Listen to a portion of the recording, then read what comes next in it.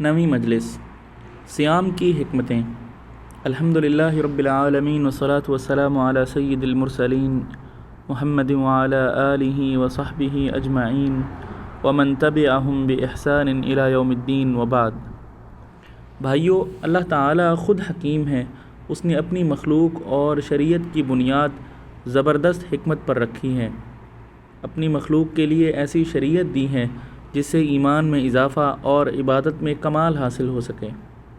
اس زبردست حکمت تک بعض کی رسائی ہوئی اور بعض کی نہیں ہو سکی، جو ہمارے عجز و کوتاہ علمی کی واضح دلیل ہے، جیسا کہ اللہ تعالیٰ نے خود ارشاد فرمایا ہے وَمَا أُوتِيتُم مِّنَ الْعِلْمِ إِلَّا قَلِيلًا، سورۃ الاسراء۔ تمہیں بہت ہی کم علم دیا گیا ہے۔ اللہ تعالیٰ نے عبادتوں کی مشروعیت اور معاملات کو منظم محض اپنے خالص بندوں اور نفس پرستوں کے مابین تمییز و آزمائش کے لیے کیا ہے۔ نیز مختلف طرح کی عبادتیں اسی حکمت پر مشتمل ہیں۔ فرمایا وَلِيُمَحِّصَ اللَّهُ الَّذِينَ آمَنُوا وَيَمْحَقَ الْكَافِرِينَ، سورہ آل عمران، اور تاکہ اللہ تعالیٰ چھٹائی کر سکے۔ صیام کی ان متعدد حکمتوں میں سے چند مندرجہ ذیل ہیں۔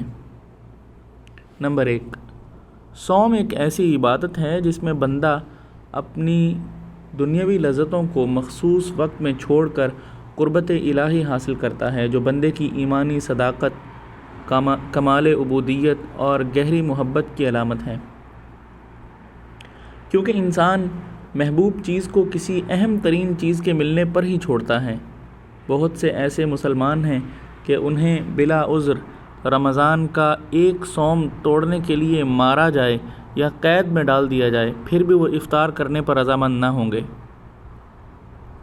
نمبر 2، صوم سے انسان کے دل میں اللہ کا خوف پیدا ہوتا ہے۔ فرمایا گیا یا ایھا الذین آمنوا کتب علیکم الصیام کما کتب علی الذین من قبلکم لعلکم تتقون، سورۃ البقرہ۔ اے مومنو، تم پر صوم فرض کیا گیا ہے جیسا کہ تم سے پہلے لوگوں پر فرض کیا گیا تھا، توقع ہے کہ تمہارے اندر تقوی پیدا ہو۔ یہی وجہ ہے کہ صائم جب کسی گناہ کا ارادہ کرتا ہے تو اپنے صوم کو یاد کرتے ہی اس کے ارتکاب سے باز آ جاتا ہے۔ آپ صلی اللہ علیہ وسلم نے ایک صائم کو تعلیم بھی دی کہ کوئی گالی گلوچ کرنے پر آمادہ ہو تو اس سے کہہ دو کہ میں صائم ہوں۔ نمبر 3، صوم سے قلب و دماغ پورے طور پر ذکر و فکر کے لیے فارغ ہو جاتا ہے، جبکہ لذتوں کا استعمال موجب غفلت ہے، بلکہ دل کی سختی اور حق سے اندھا پن تک پہنچا دیتا ہے۔ اس لیے آپ صلی اللہ علیہ وسلم نے کم خوری کی تعلیم دیتے ہوئے فرمایا کہ معدہ سے بدتر کوئی برتن ابن آدم نے بھرا ہی نہیں۔ زندگی کی بقا کے لیے انسان کو چند لقمے ہی کافی ہیں۔ اگر بہت ضروری ہو تو 1/3 کھانے کے لیے، 1/3 پانی کے لیے اور 1/3 سانس کے لیے رکھنا چاہیے۔ یہ جو آخر میں انہوں نے حدیث بتائی ہے، جو یہ لکھا ہوا ہے، یہ ایک حدیث ہے اور اس کا آگے سے حوالہ دیا ہے کہ احمد، نسائی اور ابن ماجہ۔ ابو سلیمان الدارانی رحمہ اللہ فرماتے ہیں کہ انسان جب بھوکا اور پیاسا ہوتا ہے تو دل صاف، شفاف اور نرم رہتا ہے، اور آسودگی ہونے پر دل اندھا ہو جاتا ہے۔ نمبر 4، صوم سے ایک مالدار شخص کے دل میں ان لذتوں کی قدر پیدا ہوتی ہے جس سے یہ متمتع اور دوسرے بہت سے لوگ محروم ہیں۔ پھر اللہ تعالیٰ کی شکر گزاری میں اپنے بھوکے پیاسے بھائی پر صدقات و خیرات کرتا ہے۔ یہی وجہ ہے کہ آپ صلی اللہ علیہ وسلم یوں تو لوگوں میں زیادہ سخی تھے ہی، آپ کی سخاوت اس وقت اور بڑھ جاتی جس وقت جبریل علیہ السلام آپ کے پاس آتے اور قرآن کا مذاکرہ کرتے۔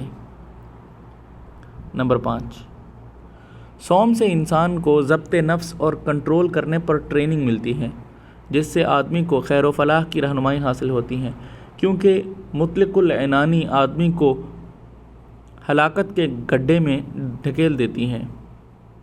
نمبر 6، صوم آدمی کے نفسانی کبر و غرور کو ختم کر کے اس کو حق کا تابع اور مخلوق کے لیے نرم کر دیتا ہے، کیونکہ دنیاوی لذتوں سے متمتع ہونے والا شخص کبر و غرور، تمرد و سرکشی پر اتر آتا ہے، جو آدمی کی ہلاکت کا سبب ہوتی ہیں۔